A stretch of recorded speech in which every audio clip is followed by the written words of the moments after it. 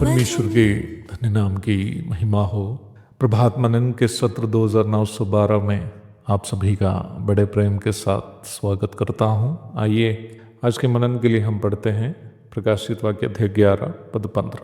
जब सातवें दूत ने तुरही फूकी तो स्वर्ग में इस विषय के बड़े बड़े शब्द होने लगे, जगत का राज्य हमारे प्रभु का और उसके मसीह का हो गया और वह युगानुयुग राज करेगा। हम यहाँ से लेकर महाक्लेश काल की परिसमाप्ति की तैयारी को देखते हैं।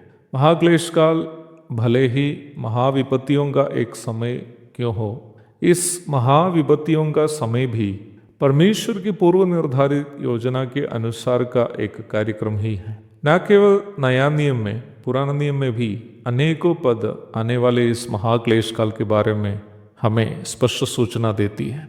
यिर्मयाह 30 की 7, दानियल 12 की 1, जकरिया 13 की 9, मलाकी 4 की 1। नया नियम में भी हमारे प्रभु यीशु मसीह और उनके पवित्र प्रेरितों ने इस महाविपत्ति के काल के बारे में अनेकों बार चेतावनी देते हुए हम वचन में पढ़ते हैं।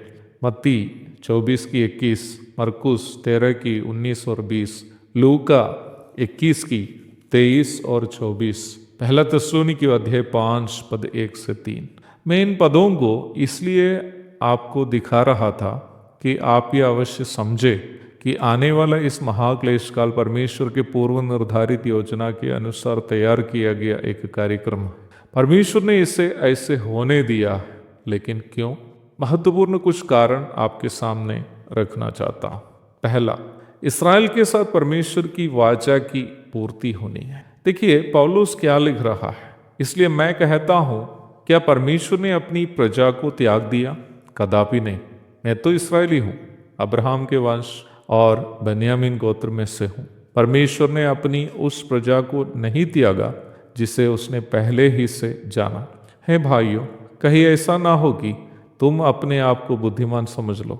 इसलिए मैं नहीं चाहता कि तुम इस भेद से अनजान रहो कि जब तक अन्य जातियाँ पूरी रीति से प्रवेश ना कर ले, तब तक इस्राएल का एक भाग ऐसा ही कठोर रहेगा और इस रीति से सारा इस्राएल उद्धार पाएगा।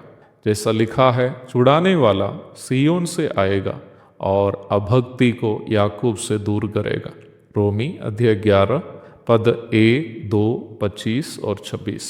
दूसरा कारण, इस्राएल को इस रीति से उद्धार के अनुभव में लौट लाने के लिए उन्हें एक शुद्धिकरण की प्रक्रिया से गुजरने देना अनिवार्य है। यहेजकेल 5 की 9 में हम इस प्रकार पढ़ते हैं, तेरे सब घिनौने कामों के कारण मैं तेरे बीच ऐसा करूंगा जैसा अब तक ना किया है और ना भविष्य में फिर करूंगा।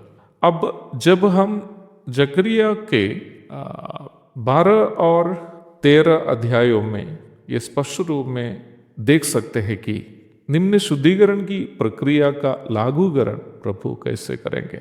तीसरा कारण, इस्राएल के शुद्धिकरण के साथ साथ इस्राएल के विरोध में आए हुए अन्य जातियों का नाश भी महाक्लेश काल को होने देने के पीछे परमेश्वर के उद्देश्यों में से एक है। जकरिया 14 की 12 से 14 तक, प्रकाशित वाक्य 16 की 12 से 21 तक आदि पढ़िएगा। आज ही इस्राएल का सत्यानाश देखने के लिए जितने लोग चाहते हैं, उन सभी देश के ऊपर भी परमेश्वर का प्रकोप उन दिनों में बरसेगा। चौथा कारण, महाक्लेश काल होने देने का सबसे महत्वपूर्ण उद्देश्य वही है जो हम प्रारंभ में पढ़ी गई पद में देखते हैं। परमेश्वर के द्वारा सृजी गई पृथ्वी, जिसे शैतान ने पाप से प्रदूषित कर दिया, उसे प्रभु के कब्जे में पुनः लाना।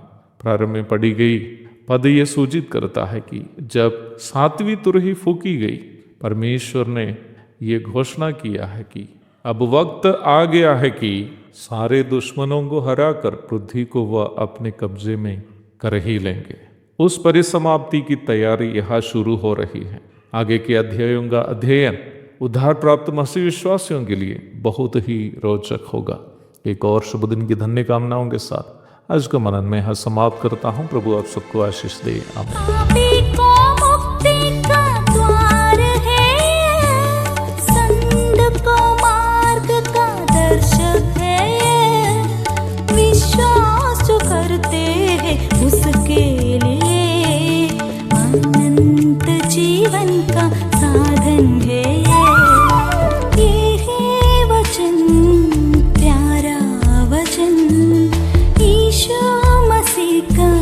प्यारा वचन